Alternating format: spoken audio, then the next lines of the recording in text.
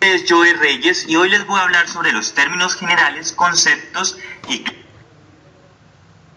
El objetivo es comprender el significado de los términos generales, conceptos en el marco de las oraciones asertóricas.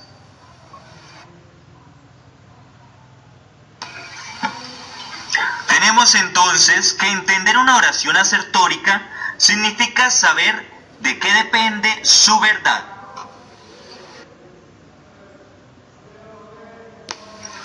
También con respecto a estas oraciones asertóricas elementales, tiene sentido decir que el significado de la oración se entiende si se entiende sus condiciones de verdad.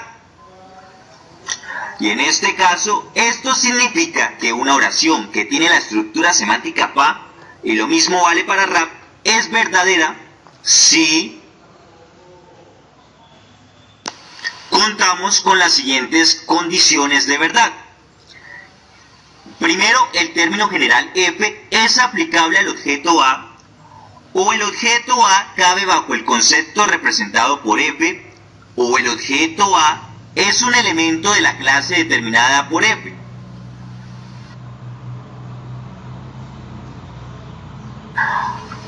Estas tres afirmaciones son equivalentes, solo se distingue en que la primera únicamente se habla de la expresión lingüística del término general, mientras que en la segunda y tercera se caracteriza en cada caso diferente a lo que esta expresión representa.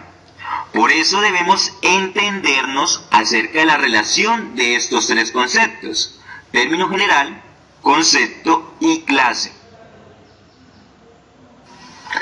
En cuanto a la oración predicativa, consta de dos miembros. Entonces tenemos un término singular en caso de aserciones en relación y un miembro concreto.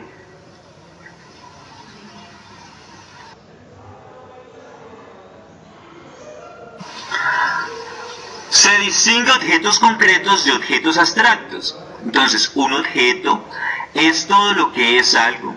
Tenemos objetos concretos, que son los que se pueden identificar en el tiempo y en el espacio, como por ejemplo los objetos materiales o acontecimientos. Y tenemos objetos abstractos, que son los que se dejan identificar de esta forma, como por ejemplo los... Ahora, los conceptos no son ciertamente objetos concretos, es decir, no son algo en absoluto. Y bueno, pero ¿cómo puede darse algo que no sea algo? Estas dificultades que se presentan con las clases y sobre todo con los conceptos, pues muestran que ya porque muchos prefieren hablar solo de la expresión lingüística del término general. A esta concepción se le llama nominalismo.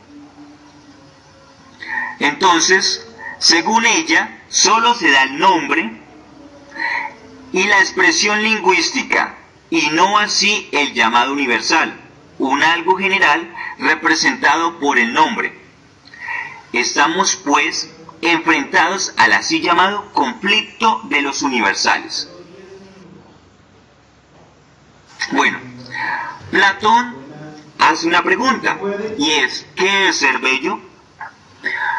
Entonces Platón quiere que se comprenda como pregunta por lo que es lo que se llama ser bello.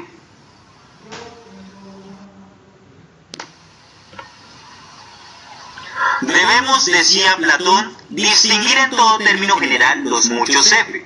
Por ejemplo, los muchos bellos, lo que es más o menos bello, lo que es uno o invariable y lo que no es percibible, y es por tanto un objeto del pensamiento puro.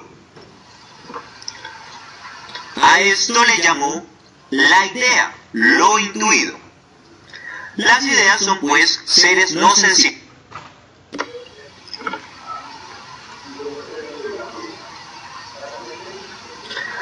Aristóteles usa la palabra eidos y también habla simplemente de lo general, universales. La concepción platónica y aristotélica se resumió como realismo.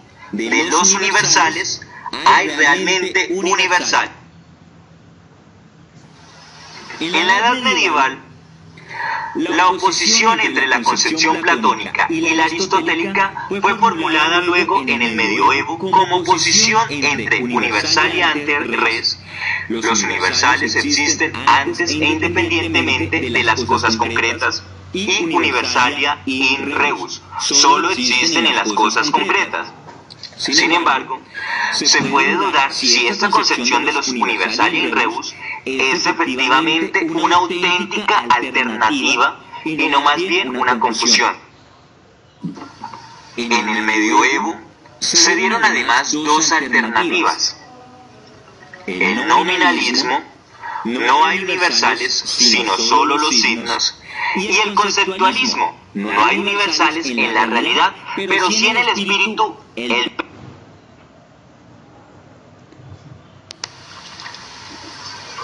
La concepción conceptualista es la que se impone en la modernidad temprana. La lógica de Port-Royal habla de representaciones universales que se obtienen mediante abstracción. De modo igual habla Locke de abstract ideas, y Kant clasifica los conceptos como representaciones universales.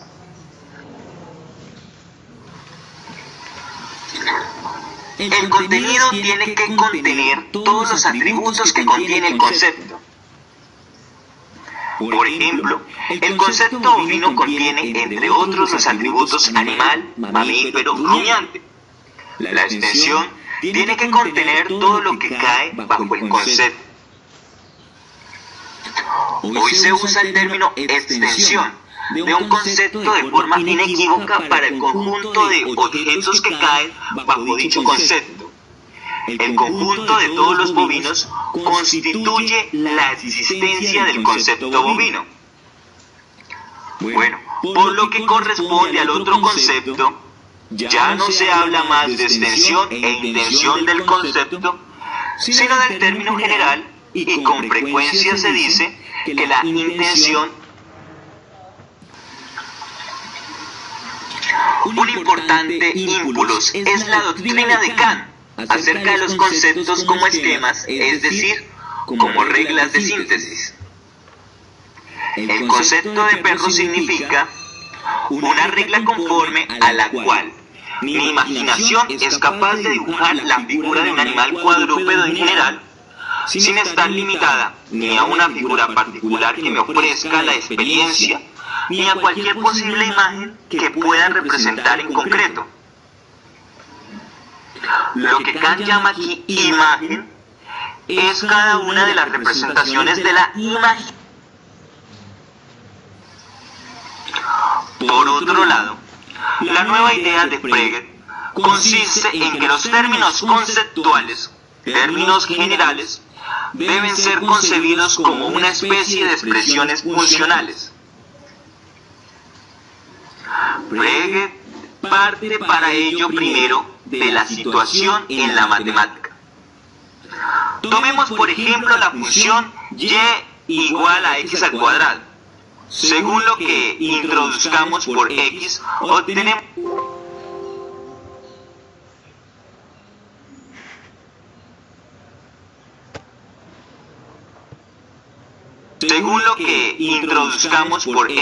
obtenemos un valor correspondiente para y. Frege dice entonces, la expresión funcional propiamente dicha es simplemente paréntesis al cuadrado.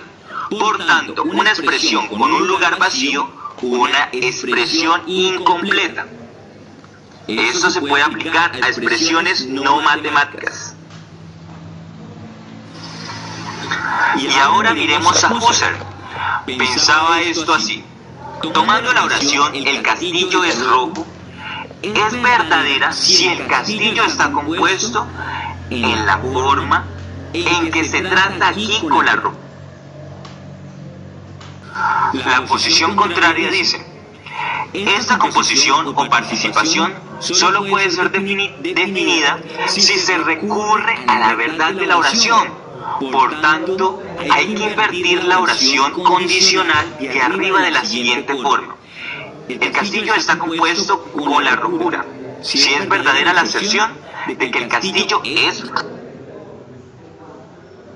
Estas situaciones explican por qué en la actual filosofía analítica, en general, se regresa de nuevo a una concepción nominalista. Wittgenstein dio una explicación semejante con su concepción de que el significado de una expresión lingüística en general y de un término general en particular consiste en su forma de uso.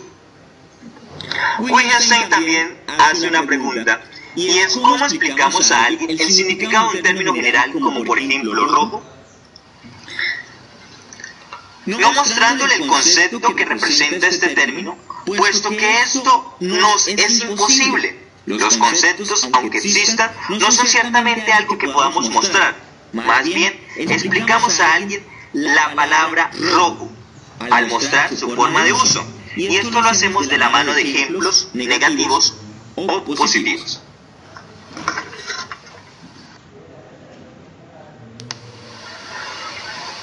Bueno, mis queridos amigos, muchas gracias por su atención. Les habló Joe Reyes y esto es un trabajo presentado para el curso de Lógica Formal y Simbólica en el Seminario Mayor de Nuestra Señora del Carmen, para el presbítero Luis Antonio Martínez.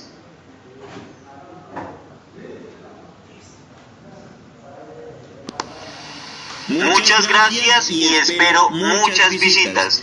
Hasta pronto.